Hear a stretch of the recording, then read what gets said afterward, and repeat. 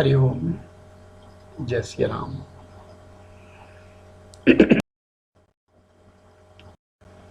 नारायणं नमस्कृत्य नरं चैव नरोत्तमं देवीं सरस्वती व्यासं ततो जयमुदीरयेत्। वेद व्यास जी द्वारा रचित महाभारत मन से कल्पना के द्वारा कर दिया था। ऐसे वेद व्यास जी की रचना है महाभारत का एक प्रसंग जो भीष्म पितामह की श्रृंखला चली है। वो धव नामक वसु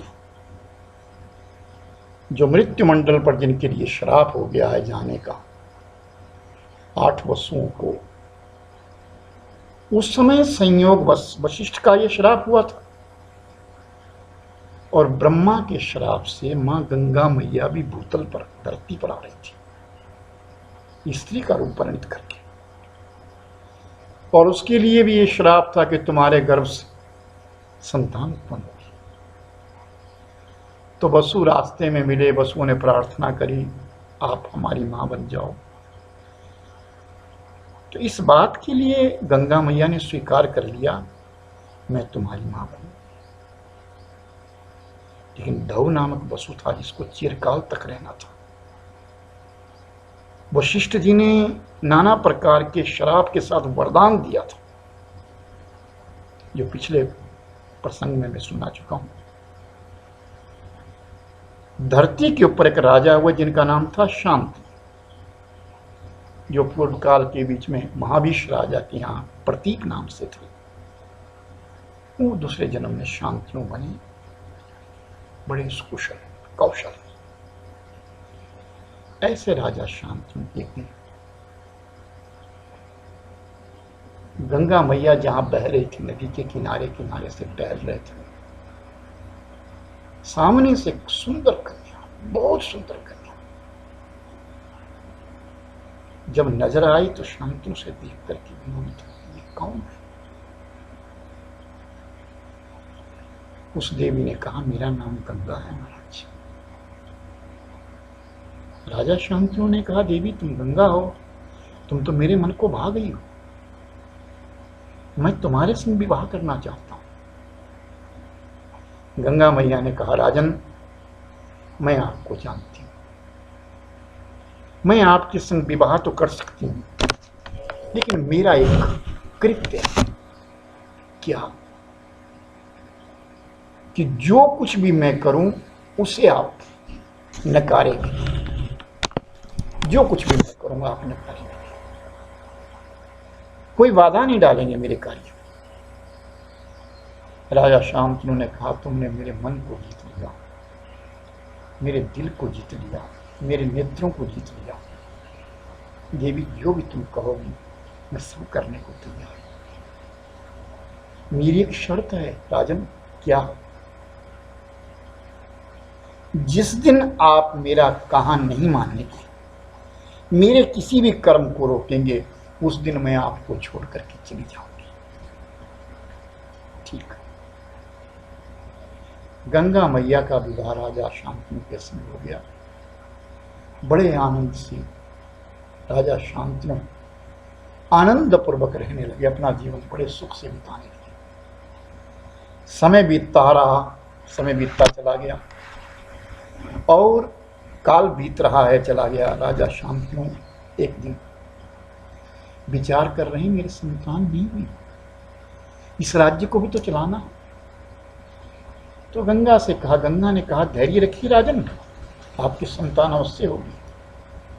और उसी वर्ष राजा शांतनु के गंगा की कुक्षा से एक पुत्र रत्न पैदा हुआ, और जैसे ही वो पुत्र रत्न जन्मा, गंगा मैया ने सफेद वस्त्र निकाला और सफेद वस्त्र के बीच में उस बालक को लपेटा, और राजा शांतनु के देखते देखते ही गंगा मैया चली गई और अपने जल के बीच में प्रवाहित कर दिया। राजा शांतनु कुछ ना कह सके, कह नहीं सकते थे। दूसरे वर्ष में दूसरा पुत्र जन्मा और वो भी उसी प्रकार पानी में बहा दिया। गंगा अपने पुत्रों को पानी में बहाती चली गई। राजा शांतनु मूक होकर खड़े रह गए, कुछ कह नहीं सकते, क्योंकि उस गंगा ने पहले ही कहा है कि जिस दिन मुझे आप रोकेंगे मैं चली जाऊंगी। कितना प्रेम होगा राजा शांतनु को। बीतते बीतते 7 पुत्रों को जब पानी में बहा दिया, अब 8वें पुत्र की जब बारी आई, 8वां पुत्र जन्मा और वो गंगा उस बालक को लेकर के जब घाट पर गई तो पीछे राजा शांतनु चले गए। अब रहा नहीं जाता, मेरा वंश कैसे चलेगा। और गंगा का हाथ पकड़ लिया, गंगे इस पुत्र को दे दो। गंगा ने कहा, राजन आप अपना वादा तोड़ गए। मैं भी चाहती थी कि ये पुत्र धरती पर रहे, ठीक है, आज मैं इसे लेके जा रही हूं, इसे खूब विद्या अध्ययन करवाऊंगी, शस्त्र और शास्त्र विद्या के बीच में पारंगत करूंगी, और उसके पश्चात आपको मैं 10 वर्षों के पश्चात छोड़ दूंगी। इसका नाम देवव्रत होगा। गंगा ने अपने पुत्र का नाम वही रख लिया, इसका नाम देवव्रत होगा, और लोग इसे गांगे के नाम से जानेंगे, गांगे इसका नाम होगा। गंगा मैया ने प्रणाम किया राजा शांतनु को और बालक को लेकर के अपने पानी में चले गए। जब वो बालक 5 वर्ष का हुआ, देवव्रत, तो गंगा मैया ने विचार किया कि विद्या धनम बलम चैवा भाग्य निरर्थकम येषां गुरु कृपा नास्ति अधोगच्छति मानवा, कि संसार के बीच में सबसे बड़ा जो धन है वो गुरु कृपा है, बल है वो गुरु कृपा है, और जिसका कोई गुरु नहीं है उसको पुण्य की भी प्राप्ति नहीं है। अधोगच्छति नरकम अधोगच्छति, और नरक में आता है। गंगा मैया अपने बालक को लिए, उंगली पकड़ी और महेंद्र पर्वत, जिस महेंद्र पर्वत के ऊपर गुरुवर बैठे, कौन, परशुराम जी महाराज, बोली परशुराम भगवान की जय। परशुराम और राम, जिनका नाम है राम है, परशु नहीं, परशु बाद में लगाया गया, राम के चरणों में जाकर के अपने बालक को झुका दिया और स्वयं प्रणाम किया। आओ देवी आओ।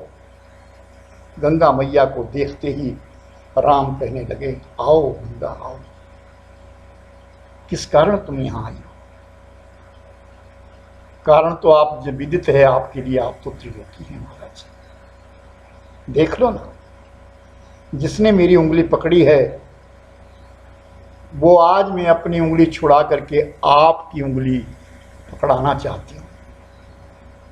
मुझे मालूम है आप बड़े बड़े ब्राह्मणों को, राजाओं को शस्त्र और शास्त्र विद्या देते हैं, पारंगत। आप जैसा गुरु संसार में नहीं है। इस बालक का भविष्य देखिए, आप त्रिलोकी है, इसका भविष्य देखिए और भविष्य देख करके चिंतन करिए, मेरे बालक के गुरु बन जाइए। गंगा ने जब ये प्रार्थना की तो परशुराम ने कहा, गंगे, जिस विश्वास के साथ तुम अपने बालक को मेरे पास दे रही हो ना, इसी विश्वास के साथ 6 वर्ष के पश्चात आना, अपने बालक को ले जाओ। और अपने बालक से कहने लगी, ऐ देवव्रत, ये तुम्हारे पिता तुल्य है, इन गुरु महाराज की शरण में रहना, जो ये कहें उस प्रकार रहना, जो ये खिलाएं वो खाना, गुरु से प्रथम उठना, गुरु के पश्चात सोना, गुरु की सेवा करना। माँ, जो तुमने कहा वही करूँगा। अपनी माँ के चरणों में प्रणाम किया, गंगा मैया चली गई और गंगा मैया अपने बालक राम को परशुराम जी को सौंप गई। परशुराम उस देवव्रत के लिए नाना प्रकार के शास्त्रों का अध्ययन करवाने लगे और शास्त्रों के साथ साथ शस्त्रों का उपयोग करवाने लगे। ब्रह्मास्त्र, संयास्त्र, रैंद्रास्त्र, नाना प्रकार के अस्त्रों शस्त्रों से सुसज्जित कर दिया। दुनिया का एक महान योद्धा, जिस योद्धा को अनेक वरदान भी दिए गुरु महाराज ने, और बलवान बना दिया उस बालक को। और जब वो बालक पूर्ण रूप से तैयार हो गया, परशुराम जी ने भविष्य देखा तो बाल ब्रह्मचारी रहेगा। तो अनेक ऐसे शस्त्र थे जो केवल ब्रह्मचारी ही जिनका उपयोग कर सकते थे, वो सब परिधान कर दिए। और फिर एक दिन गंगा मैया का आह्वान किया। गंगा आई और देवव्रत को लेकर के चली गई। देवव्रत ने अपनी माँ के चरणों में प्रणाम किया। गंगा मैया देवव्रत को आज राजा शांतनु को सौंपने के लिए घाट पर गई है। राजा शांतनु रोज इंतजार करते थे घाट पर बैठ करके, और आज जब सकुशल गंगा को आते देखा तो प्रसन्न हो गए। और साथ में जब उस बालक को देखा, देवव्रत को, काम गया। गंगा मैया ने कहा, देवव्रत ये तुम्हारे पिता है, उनके चरणों में प्रणाम करो। बालक को पिता के पास सौंप करके गंगा लौट करके चली गई। हरे कृष्ण कृष्ण कृष्ण हरे हरे, हरे राम राम राम हरे हरे। हरे कृष्ण कृष्ण कृष्ण हरे हरे, हरे राम राम राम हरे हरे। हरे राम राम हरे हरे। हरि ओम तत्सत, हरि ओम तत्सत, हरि ओम तत्सत।